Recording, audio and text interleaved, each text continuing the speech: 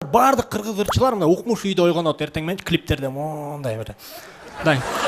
Мындай. Аппакай төшөктө, ёлки-палки дейсиң, кой братан, кана байпак, кана кийимдер депчи мындай.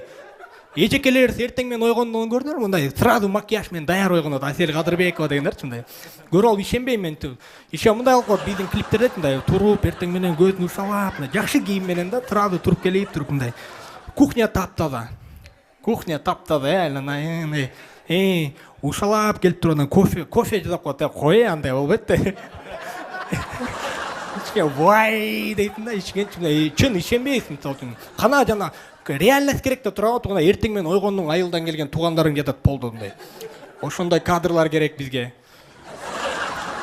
Клиптерде укмуш машинелерди айтат, биздин ырчылар, Жашоодо билесиңер да кандай машинелерди айтат, туурабы? Туурабы билесиз экен?